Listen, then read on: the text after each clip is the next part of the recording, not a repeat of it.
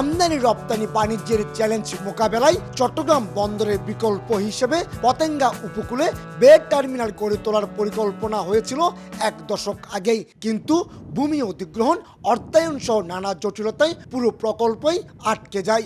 অবশেষে রোববার একনেকে অনুমোদন দেওয়া হয়েছে 14,000 কোটি টাকার এই মেগা প্রকল্পের।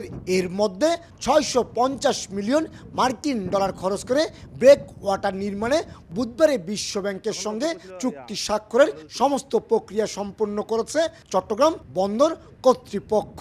বন্দরের তথ্য অনুযায়ী 13,525 কোটি টাকার এই প্রকল্পে বিশ্ব ব্যাংকের সহায়তা হিসেবে থাকবে 9,333 কোটি টাকা, আর বাকি টাকার যোগান দেবে চট্টগ্রাম বন্দর নিজেই।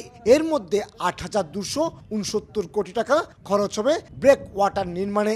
এছাড়া 1,979 কোটি টাকায় নেভিগেশন অ্যাক্সেস চ্যানেল তৈরি, 57 কোটি টাকায় নেভিগেশন যন্ত্রপাতি স্থাপন করা হবে। এর বাইরে রেল ও সড়ক সংযোগে খরচ ধরা হয়েছে 3,434 কোটি টাকা। পুরো বে টার্মিনালের ব্যাপ্তি 6.5 কিলোমিটার হলো। নির্মাণ হবে স্বতন্ত্র 3টি টার্মিনাল। এর মধ্যে 1,225 মিটার দৈর্ঘ্যের 2টি টার্মিনাল নির্মাণ করবে সিঙ্গাপুর পোর্ট অথরিটি এবং আরব আমিরাতের ডিপি ওয়ার্ল্ড। দুটি সংস্থা বিনিয়োগ করবে অন্তত $3 বিলিয়ন।